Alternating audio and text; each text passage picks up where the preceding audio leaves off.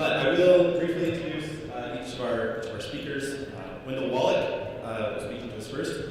He's a consultant, ethicist, and scholar at Yale University's Interdisciplinary Center for Bioethics. Also a scholar at the Lincoln Center for Applied Ethics here at ASU. Fellow at the Institute for Ethics and Emerging Technology, and a visiting scholar at the Hastings Center.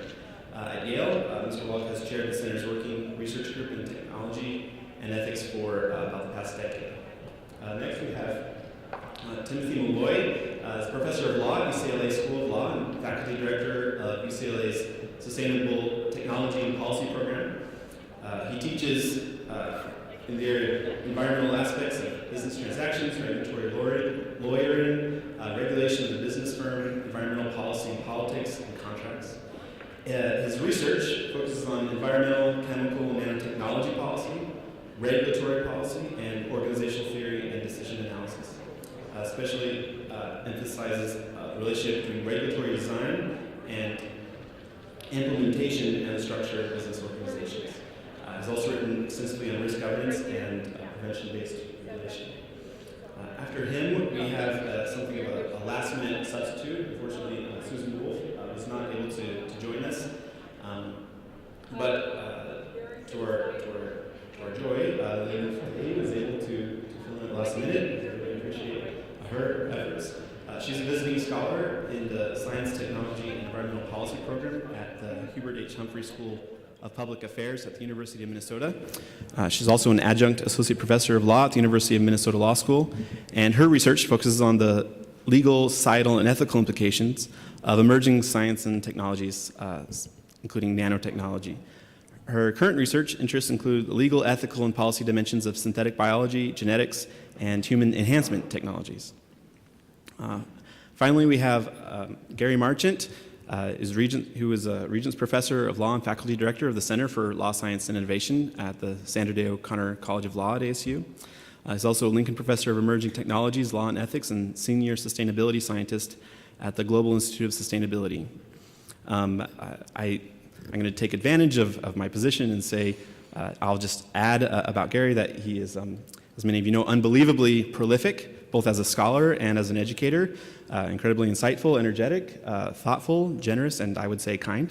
And man deserves a raise. And I still, well, I was going to say, I still once in a while will pinch myself because I can hardly believe that I am fortunate enough to be able to have the privilege to work with him. So with that, I will go ahead and let Wendell take it from here.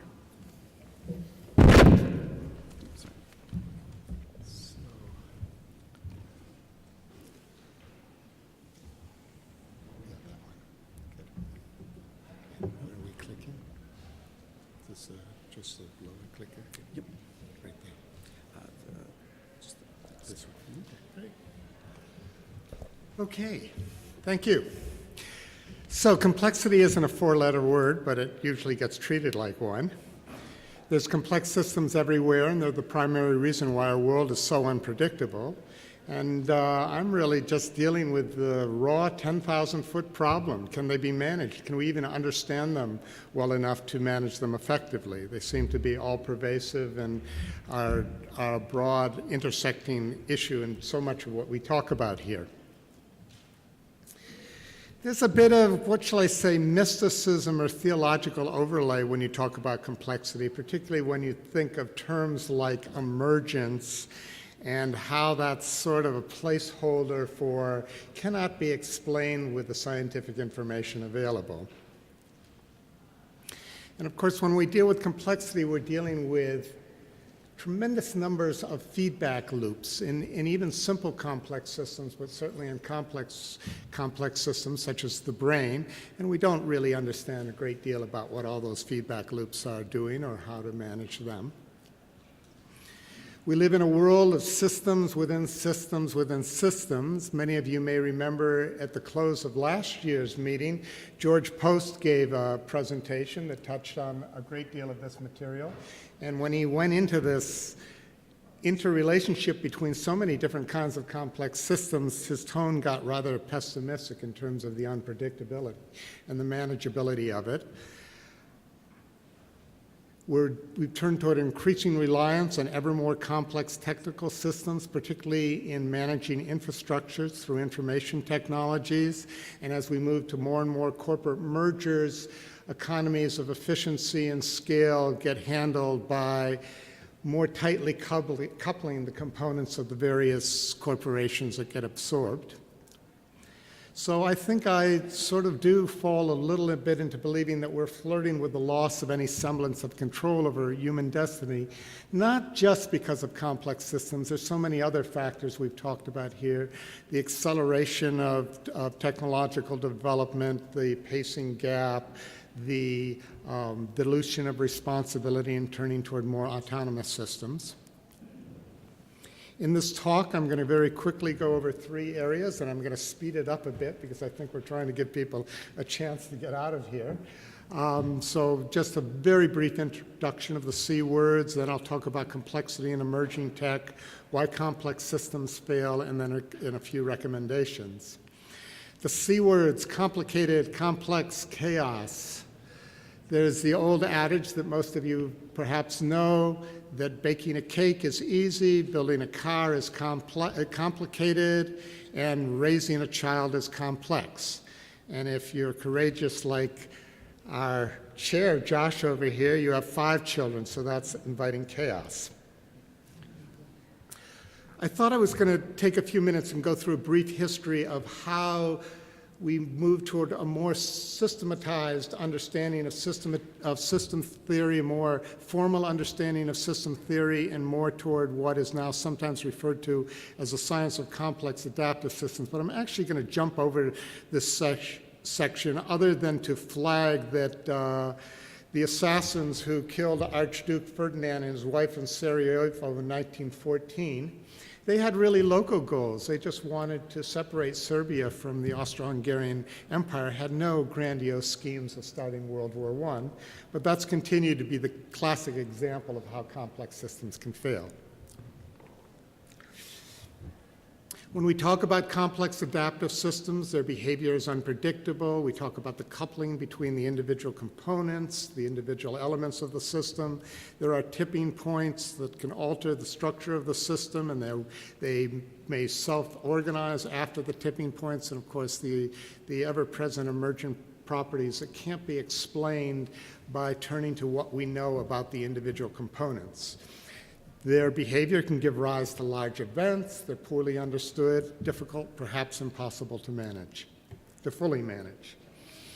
Unpredictability. I've just put this slide on for just a simple purpose. Many of you know of this as a cellular automata or a section of Conway's Game of Life.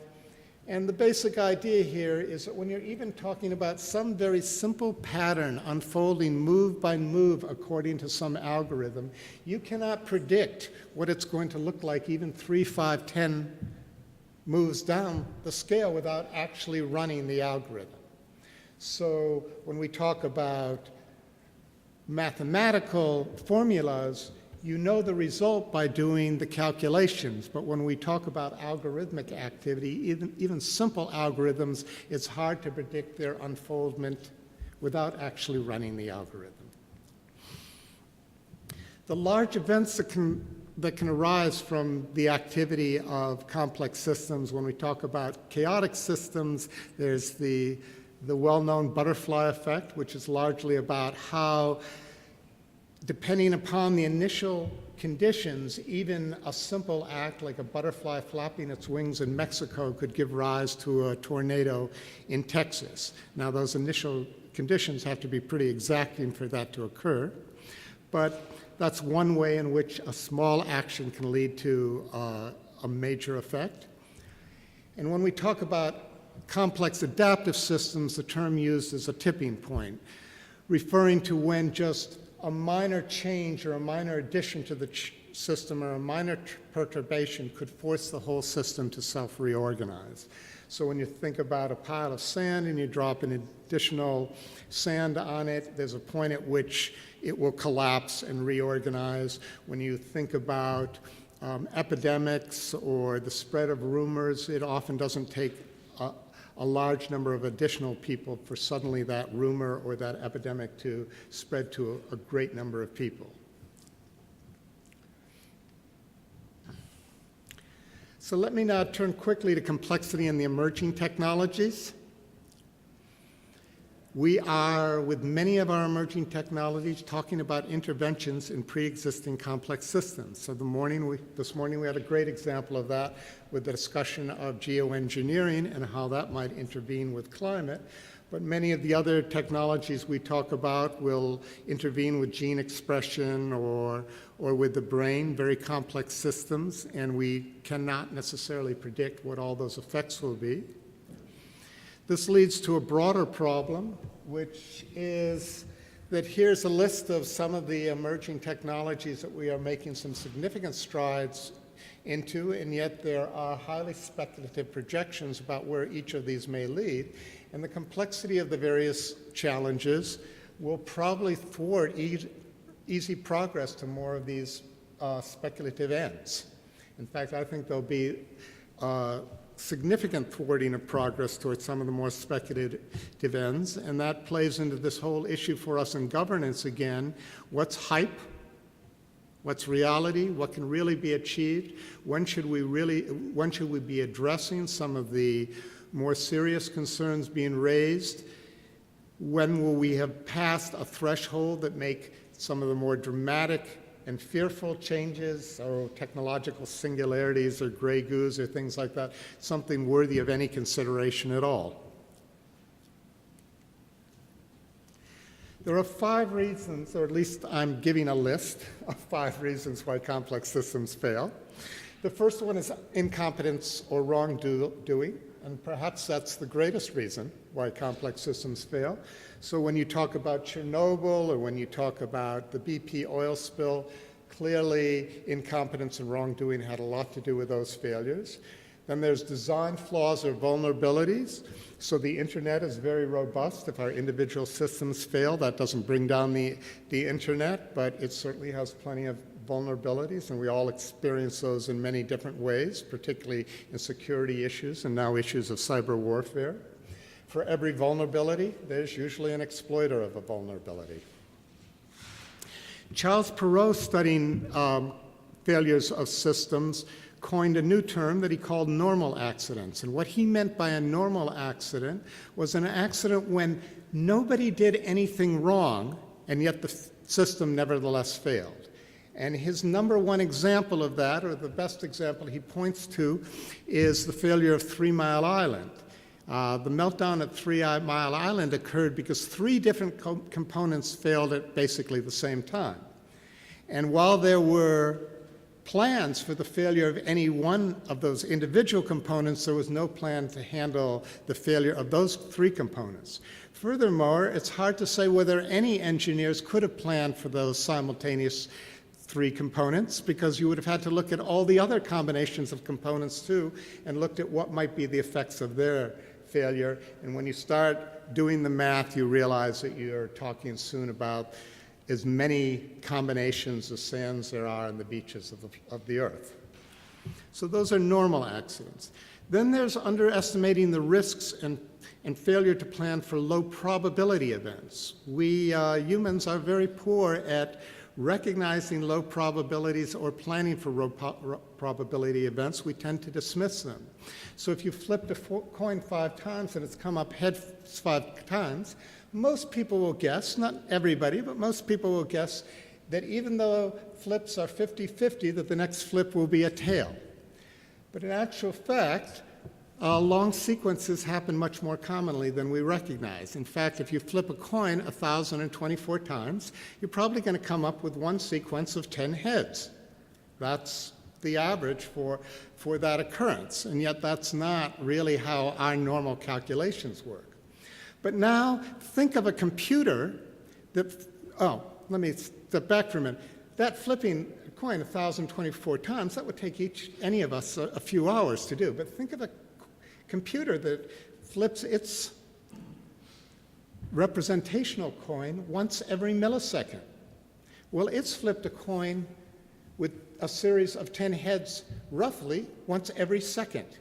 So that very low probability situation actually arises very often.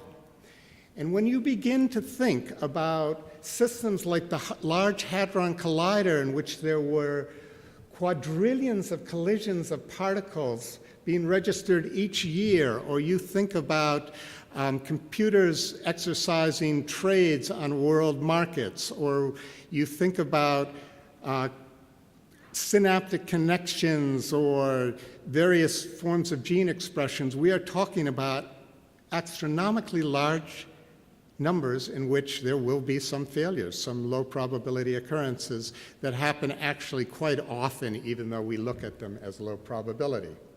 Then there are black swans, which are the totally unforeseen low probability occurrences that can have a high impact, that can lead to high impact events.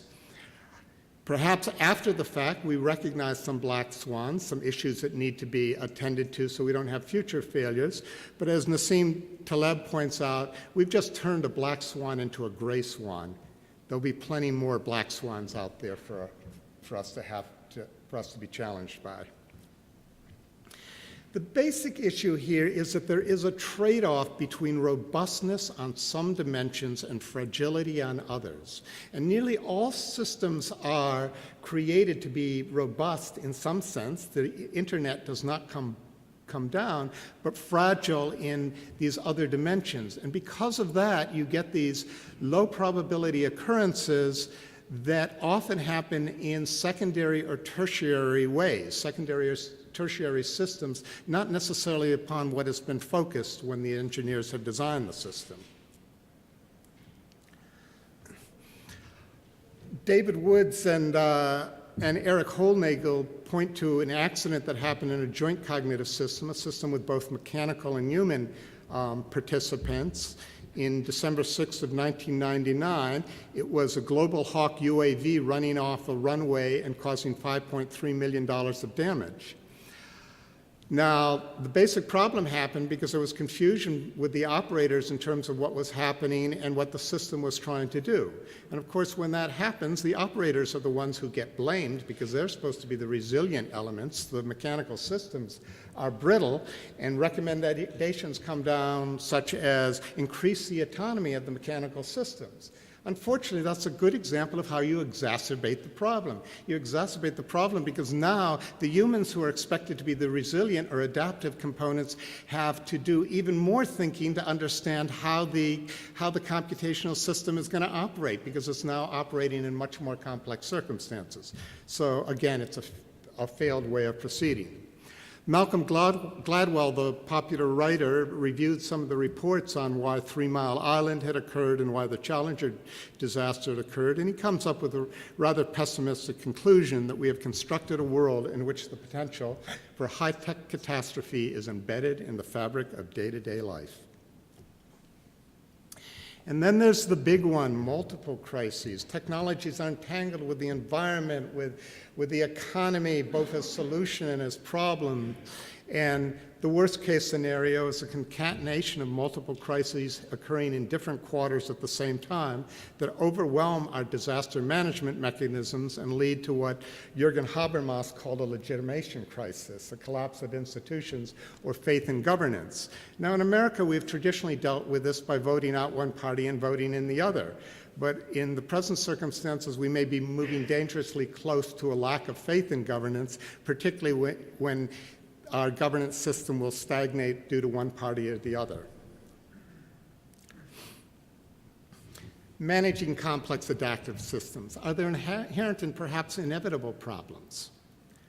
There's always the risk-benefit trade-off. What risks are acceptable for what benefits?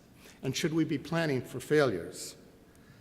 So a last slide on recommendations. I think I'm going to jump over most of this because I think it will come up in other presentations. But these various recommendations come along. There's many scholars who are focused on resilience, engineering, or complexity management, trying to find more effective ways to manage complex systems or design complex systems so that they're more resilient. And there are these issues such as attending to challenges as they arise and effective oversight. But as you look at this list, you'll see it has come up throughout this conference that we're pretty poor on attending to some of the items on this list. So perhaps we should be engaged in more robust disasters planning. Thank you very much.